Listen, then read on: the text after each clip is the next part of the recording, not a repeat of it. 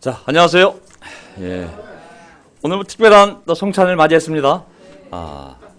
많은 걸 준비했는데요. 우리 순문 형제의 또 마음을 들어보면서 이 형제가 12년 동안 겪었던 자기의 마음과 신앙의 변화를 재미있는 짧은 얘기 같지만 깊은 또 고민이 있었구나.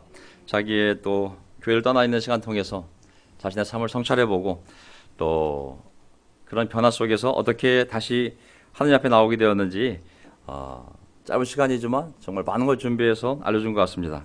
앞으로 다음번에 성찰하시면 힘드시겠어요? 정말 어린아이까지도 다 들을 수 있도록 또 잘 준비해 주셔서 너무 감사하고요. 하나님이 우리가 한 10년이든 아니면 어려운 시간이든 그런 걸 통해서 또 우리가 확신하고 있던 신앙을 또 벗어던지고 신학을 또 반대편으로도 가보고 또 열심히 가다 보면은 이게 다가 아니구나 또 깨달으면서 또 그걸 벗어버리고 또 반대편으로 가면서 결국 계속 우리가 예수님을 닮아가는 거 아니겠습니까? 그래서 오늘 그런 의미에서 우리 성찬이 또 저에게 특별한 개인적 의미가 있었습니다. 감사합니다. 많은 걸 준비해 주셔서. 자, 제가 잠깐 또 지난주에 일어났던 일들을 잠깐 설명하면서 말씀을 드리면요. 지난주에는 정말 우리 어머니 아버님들 아프신 분들을 작정하고 한번 주일예배 때 설교를 안 하기 때문에 한 형제한테 부탁을 해서 시간을 내달라고 아내랑 가기 너무 했기 때문에 다 만나뵌 것 같습니다. 우리 최원덕 자매 언니 최원재 자매 지금 삼육 요양병원에 있는데 마음이 항상 책임감으로 남아 있었는데 막상 또 만나 뵈니 또 반가웠습니다. 정기적으로 이제 만날 예정이고요. 우리 김두사 아버님 이제 가평에 그 담낭 제거 수술을 다음 주 앞두고 지금 어머니랑 함께 가 계신데 어쨌든 둘이 가서 또 함께 식사하며 너무 즐거운 시간을 보냈습니다. 서로가 위로가 되었고요. 우리 이현철 어머니는 중환자실에서 이제 일반 병실로 옮기셨고 아마 그 의미는 뭐냐면 나았기 때문에 옮긴 것이 아니라 마지막으로 편안하게 가족들하고 임종 예배도 보고 시간을 준비하라고 아마 옮겨준 것이 아닌가 싶습니다. 그래서 함께 기도해 주시길 바라고요. 그다음에 우리 임정 어머니는 병원에서 쉽지 않은 과정을 겪고 있습니다. 복수가 많이 찼는데 빼도 또 차는 거 봐서는 아마 쉬운 병이 아닐 수가 있습니다. 그래서 오늘 끝나고 나면 오만석 형제와 함께 지정위원들이 만나서 논의 좀 할 건데요. 기회가 있을 때 또 임종 어머니도 병문안을 가야 될 것 같습니다. 어쨌든 우리 가운데 아프신 분들을 교회가 잊지 않고 계속 방문해서 믿음의 기도를 함께 나누는 것도 교회가 세워진 목적 중에 하나인 줄 믿습니다. 자, 또 이 외에도 우리 아프신 분들 계신데 어쨌든 계속 교회가 힘을 합쳐서 또 신방하여 또 기도하고 필요하다면 경제적으로 우리가 무엇을 할 수 있는지 고민하면서 나가보도록 하겠습니다. 자, 최근에 제가 말씀을 드렸다시피 교회가 오래간만에 네이버에 등록이 됐습니다. 우리가 서울 그리스도의 경우 다 아는 사실이고요. 다만 명동에 있기 때문에 또 우리가 복음을 전할 때 명동 그리스도교회라는 걸 또 초대장에 세워서 새겨서 전하기도 했는데요. 예를 들면 지금 네이버가 우리나라에서 가장 큰 포털 사이트잖아요. 네이버에 들어가서 교회 이름 교회 네이버 보이시죠? 여기에 명동 그리스도교를 치면요. 이렇게 뜹니다. 그럼 우리가 광고를 안 해도 네이버에서 다 광고를 하게 되어 있습니다. 그러면 교회에 위치가 이렇게 나옵니다. 네이버 지도에. 그리고 이걸 눌러보면 방문자들을 눌러보게 되면 여기에 이제 예배 시간, 모임 장소 다 나오게 되어 있습니다. 지도로도 나오고 예배 시간도 나오고 그 다음에 자세히 나왔습니다. 그래서 교회 간판도 나오고 교회 건물, 그 다음에 큰 약도 지도 이거 보내주면 찾아올 수 있습니다. 그래서 교통편도 다 설명이 되어 있고 그 다음에 또한 여기 우리 교회가 만들어 놓은 명동 밴드부터 시작을 해서 모든 곳이 다 연결되게 되어 있거든요. 동영상도 올라가 있고 블로그도 올라가 있고 그래서 이제 앞으로 우리 교회에 대해서 이제 전도하다가 어떤 교회 그러면은 네이버 들어가서 명동 그리스도교회 한번 쳐봐. 다 있으니까 한마디만 해주면 됩니다. 그럼 치면 오는 길부터 시작을 해서 수천 장의 사진이 올라가 있고요. 그 다음에 지난 2년 동안 설교도 다 올라가 있기 때문에 이제는 당당하게 쉽게 교회를 전할 수 있게 되었습니다. 2년 전에 신청을 했는데 그때는 받아주지 않았는데 이번에 다시 해가 바뀌어서 신청했더니 이번에는 정식으로 받아줬습니다. 그래서 우리가 서울 그리스도교회 안에 잠실교회도 있고 명동교회도 있고 영등포교회도 있고 분당, 일산, 대전, 대구, 부산 우리 교회가 한 100개 정도 빨리 올라가야 됩니다. 아멘. 여기서 모르지만 나가서 이제 다른 교파들 만나서 목사들 얘기할 때 그래 어떻게 교파가 어떻게 됐어요? 그러면은 저희 초교파입니다. 교회가 몇 개나 됐어요? 그러면은 보통 다른 교회들은 한 300개 됩니다. 200개 됩니다. 그러거든요. 우리는 8개 됩니다. 그러는데 우리가 100개 정도 빨리 꿈을 가진 형제들이 작더라도 교회를 세워서 자꾸 다음 세대 되면은 100개 되는 그러한 운동으로 한국에서 성장해 갔으면 좋겠습니다. 자, 그 다음에 지난 주일날 그래서 교회 전화번호도 대표 전화번호를 뒀습니다. 교회 대표 전화번호 나와 있거든요. 그래서 누군가 홈페이지를 보고 알고 싶을 때 전화 걸면 제 핸드폰으로 연결되게 되어 있습니다. 전화번호는 02771-6154인데요. 어쨌든 이제 교회로서 대외적으로 우리가 복음을 전할 때 조금 더 의심할 필요가 없이 모습을 준비를 해놨습니다. 자, 그 다음에 지난주 월요일부터 시작을 해서 또 형제들이 정말 8군데에서 계속 모이고 있습니다. 그래서 모여야 힘이 나거든요. 그래서 지금 지난 한 주 동안 모인 장소가 영등포역, 잠실나루역, 해화역, 쌍문역, 위례센터, 연신내역, 용산역 7군데에서 형제들 모여서 기도하고 방문자가 누가 오든지 간에 함께 할 수 있도록 우리가 준비를 하고 있습니다. 자, 오늘 저의 설교는요. 이사야서 2장인데요. 이사야서 2장인데 이 내용을 뭐 일주일에 1장씩 하게 되면 66장까지 있으니까는 66주가 가지 않겠습니까? 그렇게는 안 하고요. 항상 제가 뭐라고 그랬어요? 처음과 끝이 중요하다고 그랬잖아요. 가운데 건너뜁니다. 그래서 가운데는 우리가 굳이 자세하게 볼 필요가 없는 많은 부분들이 있거든요. 그런 부분을 건너뛰고 정말 중요한 그런 부분들만 우리가 그 장을 들어가서 한번 살펴보도록 하겠습니다. 우리가 주일 설교를 생각하면 일반 교회들은 주일 성수라고 해서 아침에 예배드리고 집에 갔다가 저녁 먹고 저녁 예배를 또 드립니다. 그래서 온전히 난 하나님 앞에 주일을 다 바쳤다. 그런 마음이 들 수 있도록. 근데 우리는 그렇게 할 수가 없잖아요. 그래서 주일날 설교 좀 길더라도 이해하시기 바랍니다. 한꺼번에 2개를 자야 되기 때문에. 자, 너희는 사람을 의지하지 말아라. 오늘 설교 제목은요. 너희는 사람을 의지하지 말아라입니다. 오늘 성찬했던 하수문 형제가 또 과거의 운동을 생각하면서 그 안에 좋은 전통과 또 배운 것도 많지만 또 한편으로는 정말 우리가 사람을 따라가는 것이 아니라 하나님을 따라간다는 것을 또한 깨달은 부분이 나옵니다. 오늘 이사야서 2장 맨 마지막 구절이 바로 이 구절입니다. 너희는 사람을 의지하지 말라고 하나님만을 의지하라고 얘기하고 나오거든요.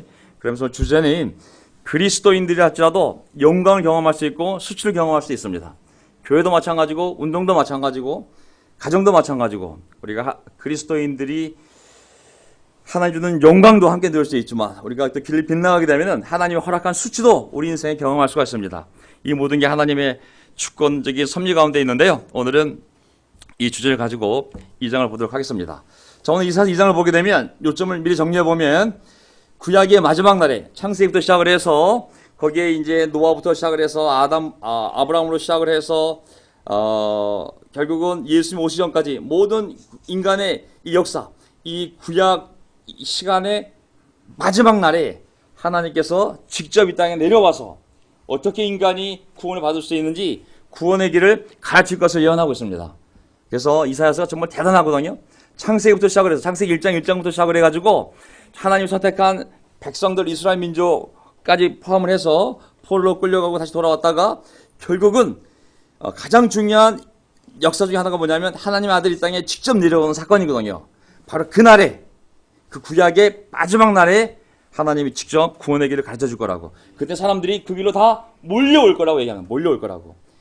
벌떼처럼 몰려올 거라고. 시냇물이 모여서 흘러오듯이 그 구원의 말씀이 선포되는 시온산으로 예루살렘으로 전 세계 민족이 몰려들 거라고 그 얘기를 예언하고 있습니다. 두 번째는 이제 신약의 마지막 날에 사람들이 몰려와서 교회가 세워지면 예수님이 이후에 하나님의 길을 올바른 길을 선포하고 난 다음에 사람들이 몰려들어서 하나님 나라가 세워지면 교회가 세워지면 이제 어느 날 그것이 끝이 아니라 한 날을 종말을 하나님 정해놓고 그 심판날에 이르게 되면 오직 하나님은 높아질 것이요 하나님을 거부했던 교만한 자들은 전부 낮아질 것을 예언하고 있습니다. 세 번째 포인트는 뭐냐면 결국 우리 믿는 자들이 어둠 속에 있지 말고 주님의 빛 가운데로 계속 걸어 나가야 됩니다. 아멘. 빛을 아는 건 아무 의미가 없어요. 저 빛을 잘 알아요. 아무 의미 없습니다. 30년 동안 빛을 연구했습니다. 아무 소용 없습니다. 빛을 헬라어, 히브리어, 영어, 독일, 프랑스어 다 할 수 있어요. 아무 소용 없습니다. 걸어가는 것이 가장 중요합니다. 아멘. 교회는 만나서 걸어가지 않으면 아무 의미가 없습니다. 여기 신학교가 아닙니다. 신학학원도 아니고 어려운 거 할 필요 없습니다. 만나서 함께 마음을 나누고 말씀을 나누고 삶을 나누면서 걸어가는 것, 이게 바로 신앙이거든요. 그래서 우리가 계속 우리의 와로 펠로시 정말 성경제가 무리해서 해석을 했는데 어쨌든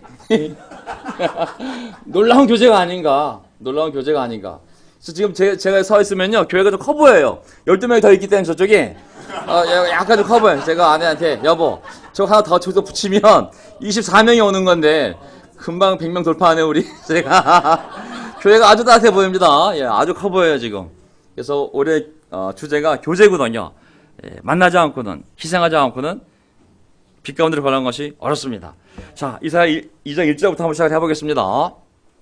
오늘 그 하스문 형제가 이 파워포인트 수를 너무 높여놔가지고 쑥스러워지네요. 많은 기법을 사용했어요. 애니메이션 기법을. 그냥 착착착 순서대로 나오는데, 저는 이렇게 할 수 없습니다. 이게 너무 많아서. 예. 자, 새로운 세대가 또 이렇게 시작하기가 너무 좋네요. 저는 그냥 이렇게 기능성, 디자인이 아니라 기능성에 초점을 맞추고 크게 잘 보이게, 우리 원래는 장년부를 목적으로 한 거거든요, 사실. 그래서 성경을 찾을 시간도 없고 또 일일이 볼 시간도 없기 때문에 그냥 말씀만 따라오라고 제가 그냥 크게 하는 것이 목적이었습니다. 자, 이사야 1장 넘어갑니다. 이것은 아모스의 아들 이사야가, 지금 이사야서잖아요, 그렇죠? 이사야가 유다와 예루살렘을 두고 하나님의 백성들, 하나님의 성전이 있는 그 도시, 그 교회를 두고 계시로 받은 말씀이다. 그러면 누가 계시한 거예요? 하나님이 계시한 거잖아요. 자, 1장 했던 거 복습한다면 이 2장 1장과 이어지니까 1장 내용을 복습해보면 이스라엘인 하나님의 선택받은 거룩한 자들이잖아요. 그렇죠? 이스라엘은 하나님의 선택받은 거룩한 자들이라는 자기 정체성을 잃어버리게 됩니다. 상실하게 됩니다. 자기의 하나님 관계 속에서 거룩함을 이 정체성을 잃어버리게 되면 믿음이 무너지고 삶이 무너지게 되면 거룩성을 상실하게 됩니다. 그러면 이스라엘의 정체성은 무엇이었을까요? 하나님과 관련해서 자신들은 하나님의 나라요, 수많은 민족이 있지만 오직 우리만이 하나님의 선택을 받은 하나님의 백성이요. 두 번째, 우리는 비록 사람의 자식이지만 동시에 하나님의 자녀라는 그런 강력하고 자랑스러운 정체성이 있었거든요. 그것이 세상 사람과 이 분리란 단어가 바로 거룩이란 단어거든요. 거룩이란 단어는 엄숙하다가 아니라 분리되어져서 하나님께 속해진, 하나님께 드려진이라는 의미가 거룩이거든요. 그러니까 이것을, 정체성을 잃어버리게 되면 거룩성을 상실하게 돼 있어요. 그래서 결국 뭐냐면 분리됐던 사람들과 합치게 돼 있어요. 다시 이렇게 마음에서, 삶에서, 삶의 기준에서, 삶의 방식에서 별 차이가 안 나게 되는 거예요. 그래서 이스라엘 백성들이 이제 고통을 당하게 됩니다. 우리 그리스도인들도 마찬가지죠. 우리의 정체성이 있지 않습니까? 우리는 하나님의 백성, 하나님의 자녀, 성령의 집, 그 다음에 예수 그리스도의 제자, 예수님을 머리로 하는 몸으로서의 교회라는 정체성이 있습니다. 이걸 잃어버리게 되면 이스라엘 백성과 비슷한 길을 갈 수밖에 없습니다. 하나님의 자녀요, 하나님의 백성이요, 예수 그리스도의 교회의 몸이요, 그분의 제자요, 성령의 집이요, 이 확신을 잃어버리게 되면 그냥 조금씩 세상 사람들과 함께 언약을 맺으며 살아가는 모습을 보게 됩니다. 자, 1장을 정리해보면 이스라엘 역사를 이렇게 정리합니다. 자, 하나님은 그 정체성을 지닌, 거룩성을 지닌 자기 백성들을 눈동자같이 보호하고, 뭐같이 보호했다고 그랬어요? 제일 예민한 데 눈동자잖아요. 그렇죠? 조그만 벌레가 들어가도 무진장 신경질 나는 게 눈동자잖아요. 하나님 자기 백성을 눈동자같이 보호하고 인도하시고, 그냥 양육했어요? 지극정성으로 양육했어요? 지극정성으로. 이게 구약 역사거든요. 지극정성으로 양육했다. 모든 걸 쏟아부었다. 하지만 하나님 주신 이 풍요에서 놀랍게도 하나님에 대한 감사 찬양이 온 것이 아니라 뭐가 왔어요? 죄가 온 거예요. 이게 아이러니. 하나님이 복을 주었는데 복을 받는 백성이 더 하나님께 나아가야 되는데 이 복을 받고 변심해서 결국 죄가 들어오게 되거든요. 죄가 쌓이고 이스라엘 백성들은 타락해져서 결국 하나님께 등을 돌리고 하나님과 그분의 말씀을 경멸하게 됩니다. 말씀을 안 보게 되거든요. 더 이상 그들 스스로 돌이킬 수 없는 지경까지 가게 됩니다. 일장에 공부했다시피 발바닥에서 머리까지 서한 곳이 한 곳도 없어요. 맞은 데 또 맞고 또 맞은 데 또 맞고 치료할래야 할 수도 없는 상황이 된 이스라엘. 불에 탈 때 꺼줄 구원자가 없고 상처나 죽어갈 때에도 짜싸발, 제가 뭐라 그랬어요? 짜고 싸매고 기름을 발라줄 사가 없는 지경에 이르게 되었습니다. 자, 지금 뭘 얘기하고 있냐면요. 창세기부터 시작을 해서 하나님이 최초로 인간에게 하신 것은 복을 주신 거잖아요. 결국 성경 말씀은 하나님 말씀에 순종하면 복을 받고 하나님 말씀에 거역하면 저주를 받는 것이 계속 반복되는 거거든요. 이 반복된 스토리가 그냥 계속 사람만 바뀌지, 무대만 바뀌지, 시간만 바뀌지 반복되는 거거든요. 하지만 이제 이스라엘 백성들이 풍요로워졌을 때 그들의 삶이 신앙도 있지만 세상 것을 함께 이렇게 추구하면서 결국은 위선적인 삶과 이 예배를 하면서도 죄를 지니까 하나님 뭐라 그러냐면, 야, 너희들이 하는 제물, 절기, 기도에 대해서 뭐라 그러냐면 싫다, 귀찮다, 지겹다라고 표현합니다. 이 세 가지 단어로 너희들의 모습에 대해서 내 자식이지만 내 백성이지만 너희들의 그 위선적인 모습이 싫고 귀찮고 지겹다. 실귀지. 귀지 중에 제일 더러운 귀지가 실귀지. 실귀자라고 하나님 말씀하십니다. 다 접으라고. 자, 그러면서 뭐라고 말씀하시냐면은 그럼에도 불구하고 소돔과 고모라를 만들지 않은 이유는 씻고 깨끗하게 하라고. 앞에 씻는 것은 회개하고 돌아서는 것이요, 깨끗하게 하는 것은 날마다 깨끗한 삶을 살라고. 비록 하나님의 백성이 완전히 정말로 타락 상태에 빠져 있었지만 하나님은 그의 주권적 은혜로 그 이스라엘을 자식이기 때문에, 자기가 선택한 백성이기 때문에, 자기가 언약을 맺은 백성이기 때문에 그들에게 새로운 미래를 주려고 하십니다. 혹시 더우시면 에어컨이 아니라 히터를 끄셔도 됩니다. 굉장히 건조하시네요. 예. 자, 그래서 이제 2절을 보게 되면 새로운 미래를 하나님 보여주는 거예요. 자, 너희가 비록 이렇게 죄 가운데 빠져 있지만 하나님은 놀라운 일을 인류 역사 가운데 하실 건데, 그게 뭐냐면 2절 마지막 때예요. 마지막 때에 주님의 성전이 서 있는 산, 시온산이잖아요, 그렇죠? 예루살렘이 산 위에 있는 도시잖아요. 성전이 있는 산이 성전산인데 그게 바로 시온산이, 모든 산 가운데서 으뜸가는 산이 될 것이며 모든 언덕보다 높이 솟을 것이니 모든 민족이 물밀듯 그리로 모여들 것이다. 자, 설명을 보게 되면 마지막 때가 뭐냐면, 마지막 때 말세에 아담의 창조로부터 창세기 나오는 노아, 아브라함, 다윗, 구약시대의 모든 날들의 마지막 날에 이 지구상에 어떤 한 산에서 엄청난 하나님의 일이 벌어지는데, 그 산이 하나님이 일으킨 그 엄청난 일로 말미암아 지구상에 있는 모든 산보다, 에베레스트 산보다도 더 높은 산이 된다고 그랬어요. 그런 사람들이 그 산을 보고 물밀듯이 전 세계에서 모여들 거라고 말씀하신 거거든요. 그 산이 바로 예루살렘이요, 시온산을 얘기하는 겁니다. 예, 한때를 정해놓고, 그러니까 창세기부터 시작을 해서 인간 역사가 쭉 흘러오는데 어느 한때에 하나님이 그날을 정해놓고 직접 내려오셔서 한 산에 머물러서 그 산에서 하나님의 말씀을 선포하는데, 이 말씀이 온 인류가 구원받을 말씀인 거거든요. 그 엄청난 사건 때문에 그 산이 모든 산보다 가장 높은 산이 되어서, 영적인 의미겠죠. 산이 물리적으로 높아진다는 것이 아니라 영적인 어떤 사건이 발생하는데 그 사건이 인간의 역사에서 가장 위대한 사건이므로 그 산이 사건으로서 벌어지기 때문에 그 산이 지구에 있는 어떤 산보다도 가장 높은 산이 된다는 뜻이다. 물밀듯이 몰려들 것이다 그랬거든요. 노아의 방주 홍수 때에도 그 방주로 물밀듯이 사람들이 밀려들었지만 문은 굳게 닫혀 있었으므로 오직 8만이 살아남았습니다. 왜? 그날은 심판의 날이지 구원의 날이 아니거든요. 근데 이제 심판의 날이 아니라 구원의 날이 선포된 거예요. 예수님을 통하여 모든 민족에게 하나님께 나올 수 있는 길이 열린 거예요. 사람들이 그걸 보고 물밀듯이 그 예루살렘으로 와서 복음을 듣고 그리고 구원을 받으려고 모여드는 모습을 예상을 한 겁니다. 우리도 그 행렬 가운데 있는 자들 아니겠습니까? 그래서 3절 보세요. 3절 백성들이 오면서 이르기를, 전 세계에 뭐 황인종, 흑인종, 백인종 할 거 없이 전 세계에 있는 민족들이 오면서 그 시온산으로 그 복음을 들으려고, 그 구원의 길을 정말 알고 구원을 받으려고 오면서, 자 가자, 우리 모두 주님의 산으로, 여호와의 산으로, 하나님의 산으로 올라가자. 야곱의 하나님이, 이스라엘의 하나님이 계신 성전으로 어서 올라가자. 여호와께서, 하나님께서 우리에게 하나님의 길을, 주님의 길을, 하나님의 길을 가르치실 것이니 주님께서, 여호와께서 가르치는 길을 따르자 할 것이다. 율법이 어디에서 나오며?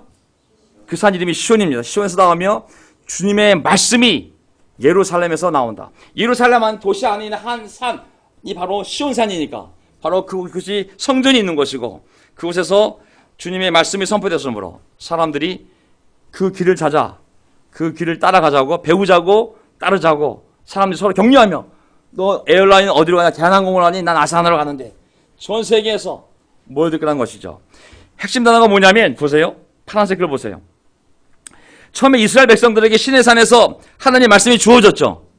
그때도 이스라엘 백성에게 하나님의 길을 가르쳐 준 거잖아요. 그렇죠?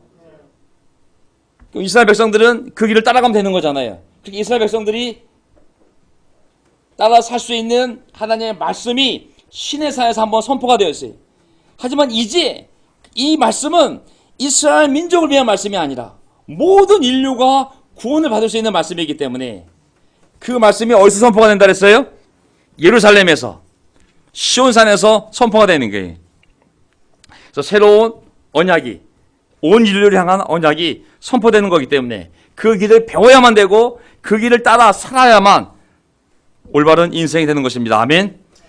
자, 길. 제 이름이 영적이거든요. 가운데 이름이 길도자예요. 정도현 할 때 도자가 도닦을 도자가 아니고 길도자입니다. 자, 하나님께 이 길은 뭐냐면 자, 그 한 산에서 하나님이 내려오셔서 그 구원의 소식을 전할 건데 그 길은 하나님께 가는 길이요.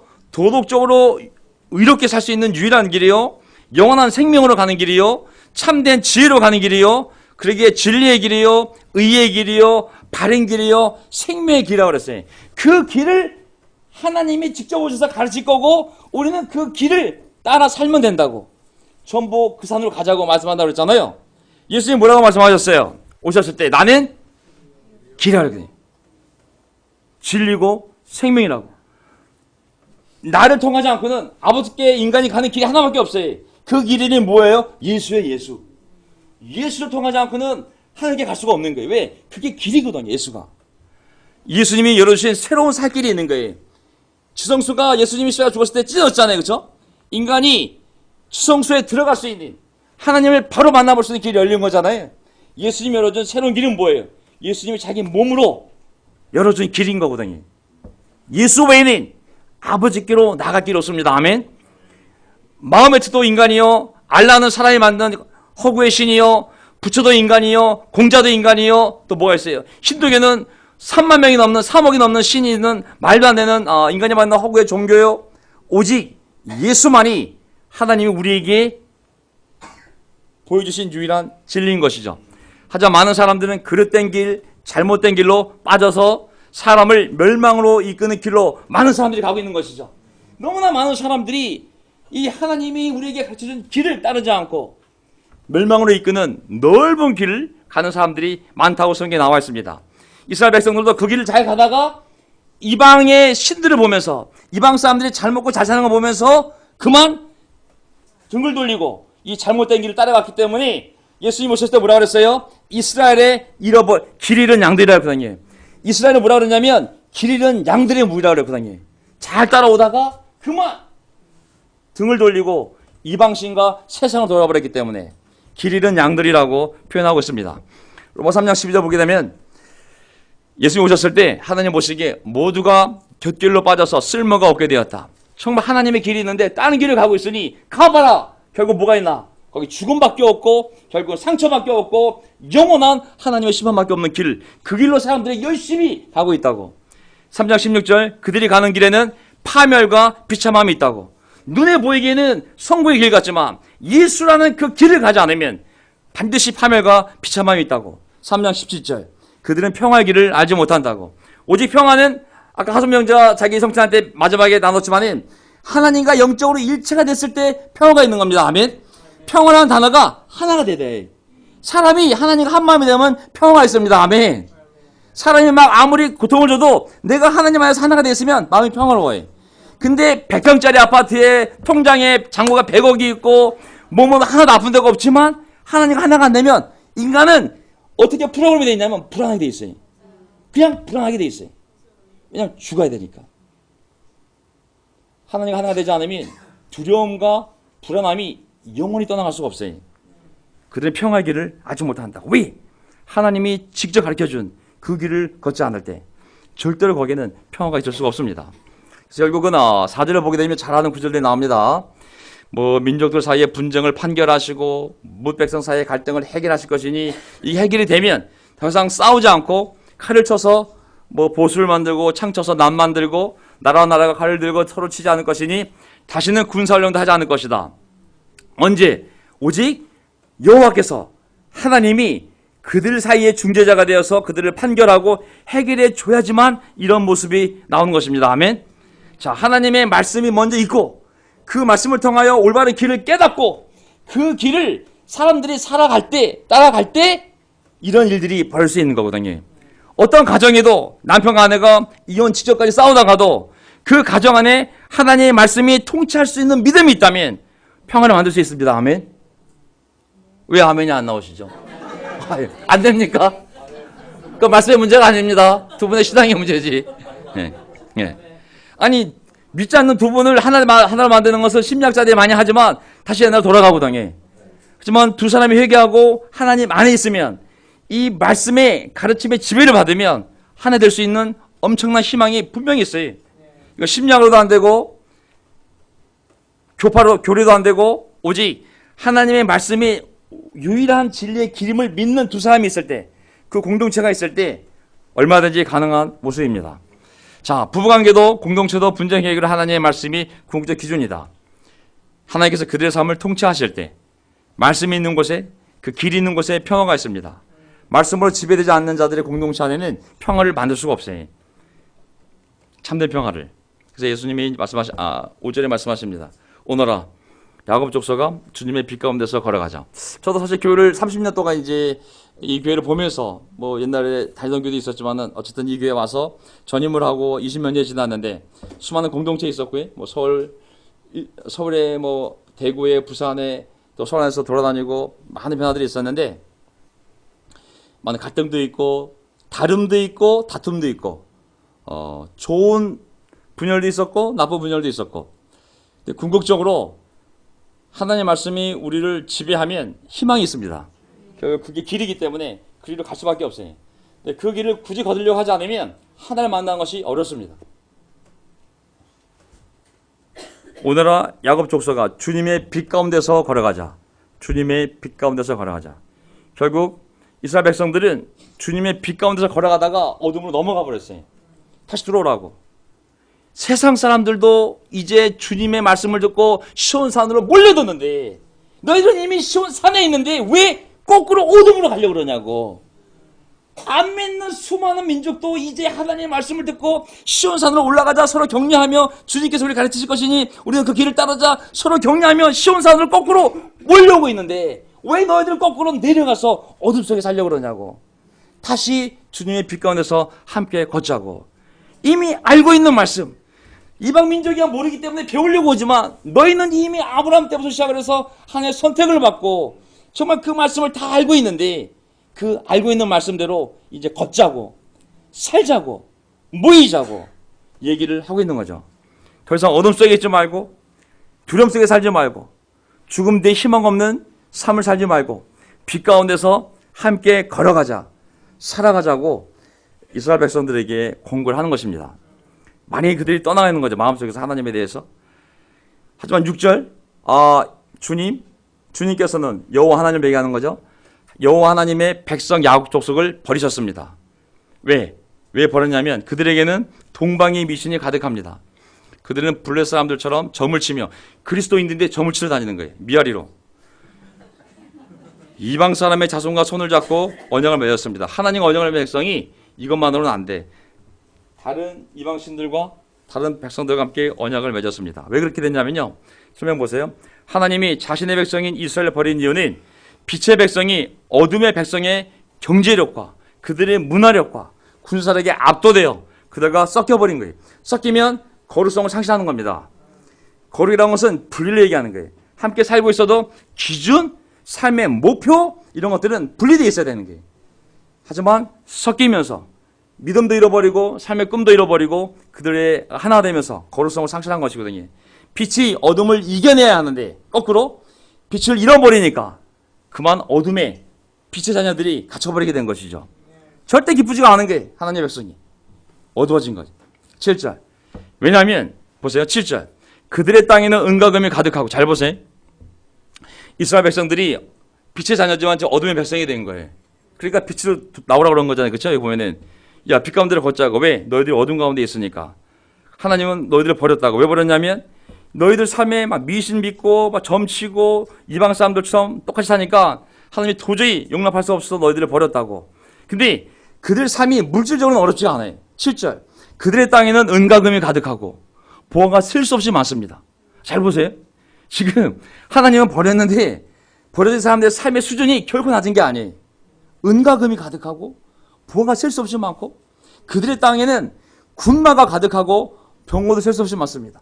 하나님을 떠났지만 지금 그들 삶 안에는 이런 엄청난 물질적인 축복이 아니라 이 번영이 있어요. 지금 이방인들과 거래하면서 그들과 갖고 들어가 장사하면서 많은 돈을 지금 쌓아놨어요. 그 땅에. 하나님은 떠나갔지만 경제적으로는 번영을 하고 있어요. 단 도덕적으로 영적으로는 타락해 있는 상태인 거죠. 자, 어떻게 하나님의 자녀들이 빛을 잃고 어둠 속으로 들어가 그 어둠 속에서 살게 되었을까요? 그들의 땅에, 그들의 삶에 이방인들의 은과 금이, 그들의 보화가 그들 삶에 있는 하나님의 말씀을 밀어내고 그 자리를 차지하게 된 거예요. 이방적인 것들이, 이방 땅에 있어야 되는 것들이 하나님의 백성 땅으로 들어와서 백성들의 마음에서 여호와를 완전히 밀어내고 그들의 마음의 삶의 중심에 이방적인 것들이 자리를 꽉 잡아버린 거지. 사람의 마음과 삶에도 세상의 은과 금과 세상의 물질적인 것들이 밀고 들어오면 말씀과 영적 교제와 영적인 꿈과 믿음과 기도와 이런 것들이 밀려나가게 돼 있어요. 모르는 건 채워져야 되거든요. 그 채워지는 것들이 영적인 것이 아니면 세상에 밀고 들어오면 영적인 것들이 빠져나가게 돼 있어요. 이게 바로 이스라엘 백성들의 상태였습니다. 왜? 8절 보세요. 그들 땅에는 물질적으로는 충만했지만 우상들로 꽉 차 있고, 우상들. 잘 먹고 잘 살았지만 하나님에 대한 예배와 꿈과 열정은 사라지고 우상들로 꽉 차 있다고. 9절. 이처럼 사람들이 천박해졌고 백성이 비굴해졌습니다. 그러니 그들을 용서하지 마십시오. 하나님의 자녀들이 천박해지고 비굴해졌다고. 왜? 하나님의 충성을 세상 것들이 들어와서 다 밀어내고 그것에 충성하는 백성으로 바뀌었다고. 보세요. 이방인들 사이에는 하나님을 아는 지식이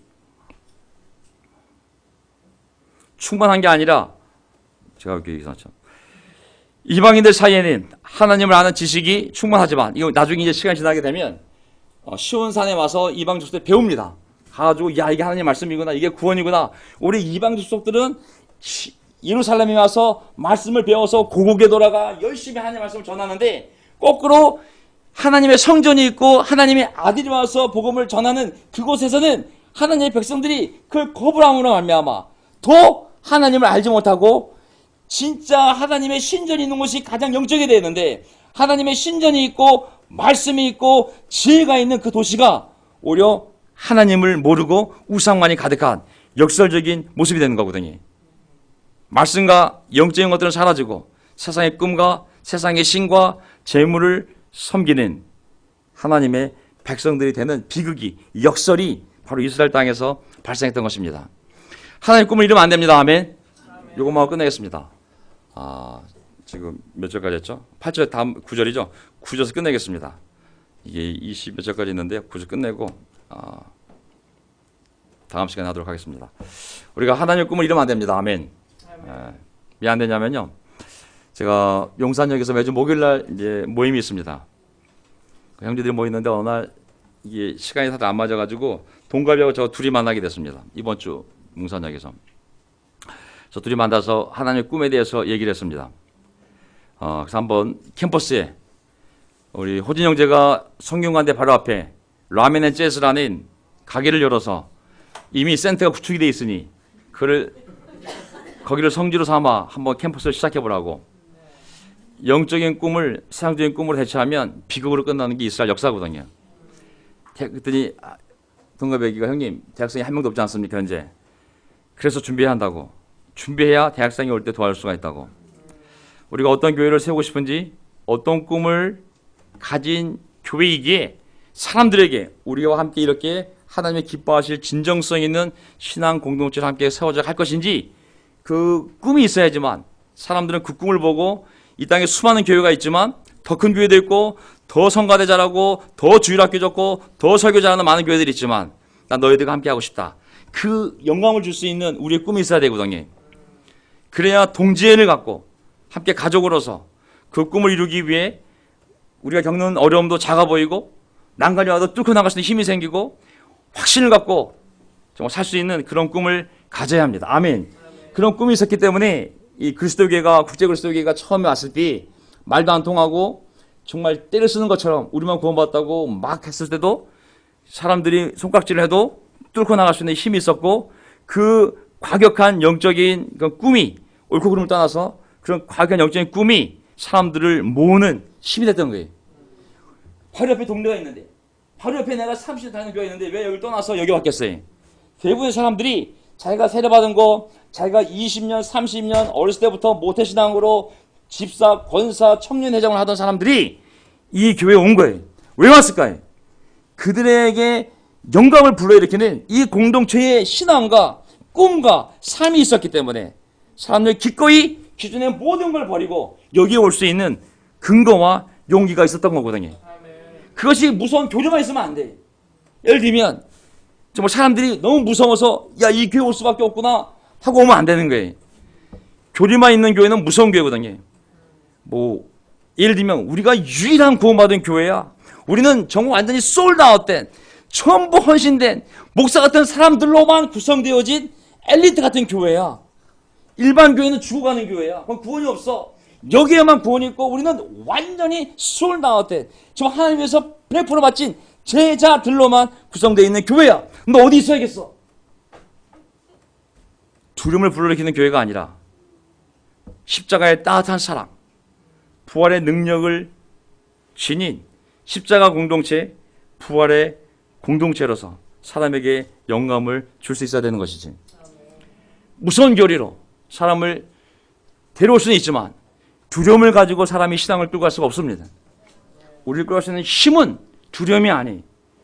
오늘 성사를 나눴지만 그 십자가의 사랑이, 하나님의 부활의 그 무한한 능력이 우리와 함께 있음을 믿고 그 사랑을 나누며 나아갈 때 갈 수 있는 것이 제자도지, 두려움으로, 율법으로, 세뇌로 사람을 묶어둘 수는 없는 것이거든요. 어떤 공동체든 거긴 기쁨이 없어요. 조직이 있는지 모르겠지만 거기 참된 사랑의 가족이 있을 수 없는 거거든요. 저는 형제자매들에게 올해 한번 마음속에, 이게 마지막 구절이니까 한번 생각해 보라고. 내 마음의 꿈이 무엇인지, 정말 하나를 위해서 내가 정말 어떤 어려움이 와도 뚫고 나갈 수 있는 그게 무엇인지, 그냥 나오는 것인지, 아니면 그 꿈을 함께 만드는 공동체 속에서 그 꿈으로 함께 동지애를 느끼며 그 꿈에 정말 압도되어서 어려움도 기쁨으로 여기며 나아가는 삶을 살고 있는지. 그 꿈이 없으면 우리가 멀리 갈 수가 없습니다. 아멘. 멀리 가려면 우리로서 묶을 수 있는 꿈이 있어야 되거든요. 그 꿈을 제가 올해 만들고 싶어요. 아멘. 아멘. 교리가 아니라, 우리는 온리처치예요. 이 교리가 아니라 우리는 솔드아웃된 제자들로만 구성된 아주 엘리트 교회예요. 여기에만 참된 하나님의 영과 구원이 있어요. 구원받고 싶으면 죽을 것이다 이루어오세요 라는 무서운 교리가 아니라 그들의 마음에 영감을 불러일으킬 수 있는 십자가의 따뜻한 사랑과 하나님의 능력을 우리의 꿈으로 만들어서 사람들이, 수많은 교회들이 있지만 갈 수도 있지만 나는 너희들과 함께 이 꿈을, 이 서울 그리스도교회와 함께, 명동 그리스도교회와 함께, 내가 이 형제자매들과 함께 가족이 되어서 가고 싶다고 그 꿈을 만들어야 됩니다. 자, 많은 설교했지만 그건 어떻겠습니다. 맨 마지막 구절이 뭐냐면, 그러면서 나왔던 구절이 바로 이 구절입니다. 이 구절만 보고 끝낼게요. 슬라이드쇼. 현재 너희는 사람을 의지하지 말아라. 코에 숨이 붙어 있을 뿐 무슨 가치가 있느냐.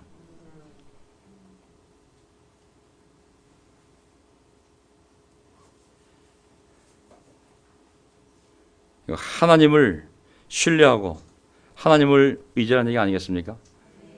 그게 없으면 두려움 속에서 이방 사람들이 믿는 신을 따라가게 돼 있거든요. 사람을 의지하지 말라고. 2019년도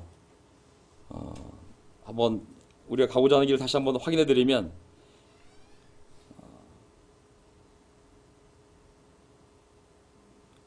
진정성 있는 교회, 하나님을 진정성 있게 사랑하고 형제자매들 사이에 진정성 있는 사랑으로 사랑하고 내 이웃을 진정성 있게 사랑하는 그러한 공동체에 대한 꿈을 만들어서 사람들에게